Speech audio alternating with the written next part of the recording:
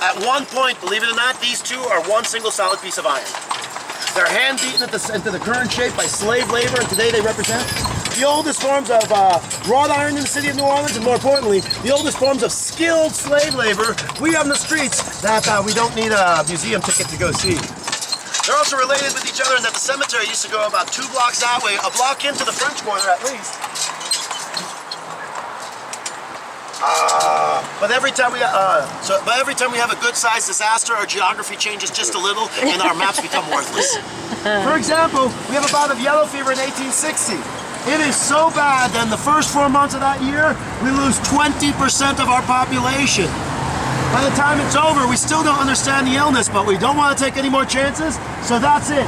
No more bodies in the most affluential area of the Louisiana Territory. That's when they pick up the bags of bones, tombs, bodies, move everything to the back, fingers crossed for permanent solution. Not even close. 60 years later, we're in the Depression. The WPA program comes to town, gives locals jobs, destroying old derelict areas, rebuilding new federal and state facilities, and that's how we get the red brick apartment buildings that wrap around the cemetery. Those are the Iberville projects, completed in 1925. About 3 years earlier, we have to move the bodies to the back before they can build the project. So they pick them up and goes that way. 3/4 of a mile in an area never developed by our city. We think that's going to be a permanent solution. Again, we're wrong. Because about 35 years later, the NFL shows up and says, you know what? This would be the perfect spot to build that Superdome that you're talking about. And they do just that. They're going to have to move the bodies one more time. In 1964, in a very publicized local event, five giant tractor-trailer trucks are leased by the Catholic Church. They do a mass blessing, stuff those trucks with every body from that other cemetery, and then they go 12.5 miles in that direction to the old Metairie Cemetery where they are to this day. Wow. To me, that goes to prove at least 2 things, folks. Number 1, some people wait a whole lot longer than any of you before finally getting their tour of the city of New Orleans. And number 2, just because you're dead in a Catholic town, that don't mean we're through with you yet. Remember that while making final resting plans with dearly departed in a town like New Orleans. Come on, Harvey, they're leaves. They're not as scary when you're eating them. He actually doesn't even like tongues. So, such a little prissy little mule. When and why did they do away with the self-cure of the cemetery? They do away with what? The self-cure where you could go your own? Vandalism. What? Vandalism? Remember the Morial family? I told you they did the renovations and donated to Marie? When they did that, that's when they got security for the first time about 5 years ago. Before that, I did the tour for about 7 years before that, and 9 times, just me on the few hours of the day I'm ever at the cemetery, 9 times in 7 years I stopped by somebody who was trying to take a break. Wow. So just imagine all the other hours in the day in the week, and really that's why. Wow. Honestly, it makes my job a little bit more difficult. We have to pay for each of you going in there. It makes the ride more expensive. But at the same time, we're going to have a cemetery next year. Yeah. Because that's a plus. All right, when the French first get here, their overall goal is a renewing population on the highest elevation next to the Mississippi River. Take control of that river economically, politically. Mission accomplished. You now control the high ground in the swamp. You want to build brick structures? That's what they bring in. European indentured servants and African slaves. But from day one, this town is Catholic, not Protestant. It makes a huge difference, even down to the law. For example, during slavery, we also have something called the Code Noir, the black law in French. It states you can't make anybody work against their will inside the Catholic town. ... on Sundays. They didn't care about the other 6 days of the week, but that one day, we're all Catholic, we want you to be Catholic, everybody gets a day off, fingers crossed you get a cathedral on your day off. Now, most slaves in the indentured service coming to town already have their own religions, cultures, languages, and have no interest in going to our cathedral, so the same law allows these same folks permission to leave town by half a block to the sugar plantation that used to be where that park is behind you. There, they're allowed to practice their own religions, cultures, languages, and most important of all, have a little free time with nobody having the right to tell you what to do.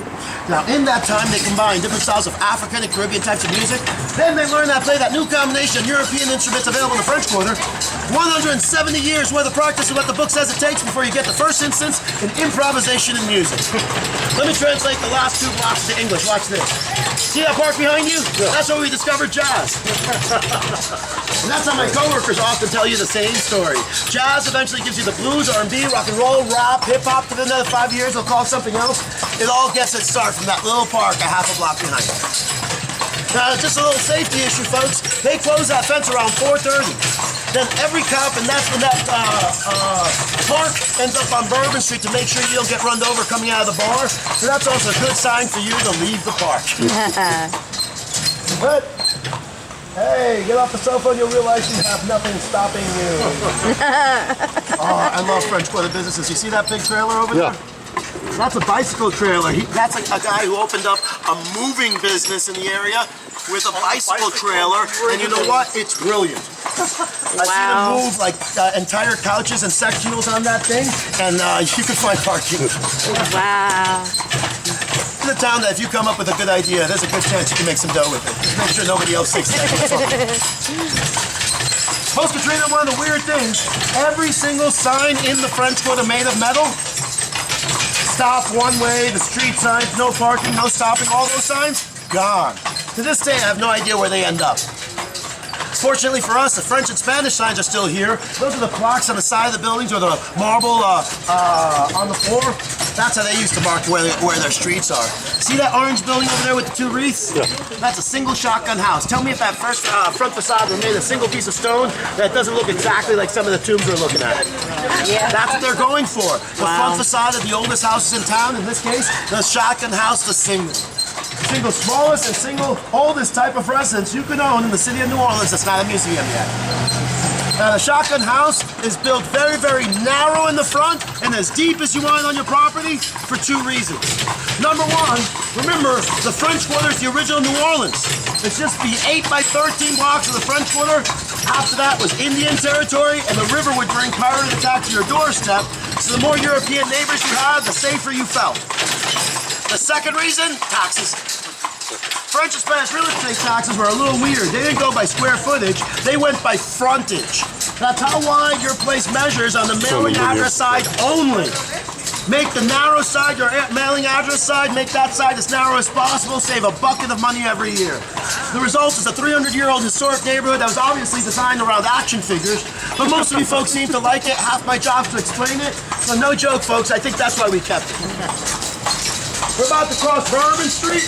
Let me give you the lay of the land if you haven't done it yet, because tonight you might need some instruction. They're not going to let any car cross Bourbon Street on any street between here and Canal Street. That's what the state police is setting up for as we speak. Bourbon Street gets started 7.5 blocks over Bourbon and Canal. If you're halfway decent American of drinking age, even on a holiday weekend like ours, I expect you to stop at every one of these bars on the way down till you hit the last one. 2 blocks that way is the blacksmith shop. If you're here late night, good advice for all, do not walk off in that direction when you're done, because that way is the residential side. This side features working street lamps, businesses that stay open past midnight, 2 fire stations and a police station. Guess which way is safer? Last but not least, my single favorite spot on all of planet Earth for people watching is that corner we just left, Bourbon and St. Anne. There are no signs, there are no announcements, people just somehow figure it out every night. From that corner going towards Canal is where the girls go wild. From that corner going in that direction at night is exclusively just boys going wild. Can't crack my code, you will have a special surprise for you by the end of your adventures on Bourbon Street. I'm just looking at you two guys. And finally, my favorite group of all, I gotta admit, is group number 3. The occasional drunken couple that comes off one of these side streets, sees the two groups trying to compete for attention, and then they approach me telling me some sort of theory. They're never right. They're always amusing. I call those people therapy. I feel better for the rest of the week. We're about to cross Royal Street, Main Street for the French Quarter. Alright, little personal story. You see that little fence on your left-hand side? I'm coming up this street about 7 months ago. When we get to that spot, a fellow sitting where you are, ma'am, asked me the single silliest question you can ask a tour guide. What's the most interesting thing that's ever happened to you on the job? I said, sir, I've done this over 10 years. Be more specific somehow. He said, okay, fine. From this spot. Sir, I can work with that. A year earlier to this story, coming up the same street. I got a full load, 8 people, another buggy in front of me, another one behind me. We have like 40 people on the street. 3 mules, and when we get to the building that used to be where that fence is today, that's when it chooses to collapse in front of us with no warning whatsoever. Wow. And that by far is the most interesting thing that's ever happened to me on that spot. Wow. It also gives me the opportunity to explain the difference between a regular American town and a Catholic town. This town respects its Catholic background, even if that's not your religion. We gravitate to the word miracle like you wouldn't believe. For example, when that building comes down, we got like 40 people, 3 mules, 2 apartments in the back, 3 businesses in the front, and when it collapses, you have exactly 0 injuries. I don't know what you call it in a non-Catholic town, but here we definitely go with miracle. Wow. On your right, this is called the Presbytere. It's an mirror image of our original capital on the other side of the cathedral called the Cabildo. This one, on the other hand, though, is 60 years younger. It's built by the Lady Baroness Bacalia Pontabla, richest woman in North America in her day and age. And in 1840, she finds out that the U.S. government is investing a bunch of money in our docks, in our river, and it terrifies her. She thinks that they're going to turn this into an industrial area. So she fights it. She fights it with architecture, beauty, and more money than you can shake a stick at. She gives us a copy of the Cabildo in the form of the Presbytere. Look directly behind you for one moment. You see that 4-story red brick building? It's an exact duplicate of the one to your right. And not only does she pay for both of them, she actually designs them as well. She also picks out and buys us a statue of Andrew Jackson for the park, the new layout for the park, and the new name of Jackson Square in 1857. Nice. Just a little. Before that, her grandfather built the original cathedral, so that's a family that never ran out. Before that, the little park was known as La Plaza de Armas. Now that's French. Move the accent over. Now it's Spanish. In both languages, it still means the same thing. The place of armaments. And in English, it's the only language where that sounds lame. That's why we kept the French-Spanish name going for 54 good American years till 1857. See, that's the year we get the statue of Andrew Jackson in the park, change the layout, to this day, Jackson Square. But under both names, military parade grounds and public execution grounds. Translation, for over 100 years, that's where the army would show up every morning to learn how to march in a perfect circle. In the middle of that circle, we would publicly execute the bad guys. Spanish preferred shooting you, French preferred hanging you, us Americans couldn't care less. According to the book, the only real rule it said is that it had to be cheap, fast, and you had to get the locals to get out the way this time. For example, we continued to hang them like the French did before us for 7 more years after the purchase till 1810, until that last guy. Because somehow that last guy is able to survive on the rope for an approximate 11 minutes until someone in the audience, an American no doubt, loses his cool, realizes he's suffering, they're not going to let him down, pulls out a single-shot pistol, finishes the job on the rope, and reminds the military regime that if you really don't like him, please feel free to shoot him. That's kind of why we gave you the guns in the first place. And they do just that. Public execution continues the very next month on schedule, last Sunday of the month after Mass, so everybody can watch. Entertainment was light back then. But this time we go by the firing squad and we don't turn back till 1862. Then in 1918, they execute 2 more guys in front of the statue of Andrew Jackson. For 12 years, I've been looking for the charges. Can't find them yet. So in my mind, I think the only reason they did that one last time was to prove to visitors and locals alike that they could do that whenever they please. Never mess up in a Catholic town in the South. You've never heard it before, that's what good advice sounds like. Over here on your left is Tujak's restaurant. When it has some success and expands, it can't knock down neighboring buildings. There's federal, city, and state ordinances protecting everything around here as historical landmarks, both individually and as a neighborhood. But what they can do is purchase the next buildings over and convert the inside for whatever use they want. The outside has to be preserved to match the original schematics of the place. But other than that, you can do just about anything you want with the interior. We're about a half a block away from the tour folks at Jackson Square. If you have any questions, I asked you all the entire ride through, but you still have a minute or so. Anybody? One last piece of advice. When you go home, you're going to come across somebody who's been here like 30 times. Those kind of people always have the exact same joke. You haven't been to my New Orleans, unless you've done the 5 or 6 things on my list. FYI, you took a guided tour to the cemetery with a mule, that's good for 3 points, any list. A guaranteed 4th point, and probably you've already done it, is Cafe Du Monde.